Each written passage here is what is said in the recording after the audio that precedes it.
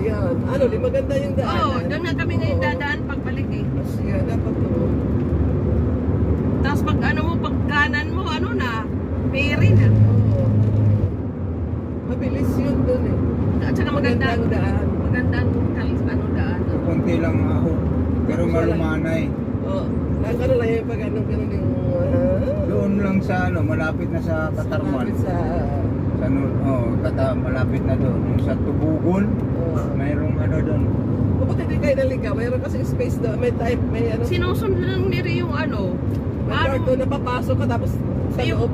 Oo, yun na yun. Yun Doon na. kami, umano kami, tinawagan ko sa sabi niya, ano, malapit na yan. Tapos Kanan. nakita ko may tunor dun sa Ah, yan. yun, Katarman. Kumaliwa na kami, nag-u-turn ako. Pagka maliligaw ka doon kasi dumadaan ka sa bayan mismo eh, sa gitna ng ano eh. Hindi mo alam kung kakain ka Sa eh. gamay. Sa loob ng gamay. Kung didiretsuhin yun, hindi, ano din, siguro.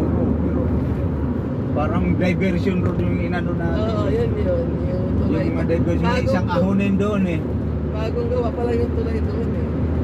Inano pala yung bishop doon. Yung mga bishop doon. Years ago. Tapos may, hindi nga napapasok sa bayan, may diversion doon. Siguro mga 500 meters. Kung kumanan ako, tapos tinanong paano, hindi, dito, diretso yan. Agad pang-abot lang pala. Diversion road yung ano, shortcut.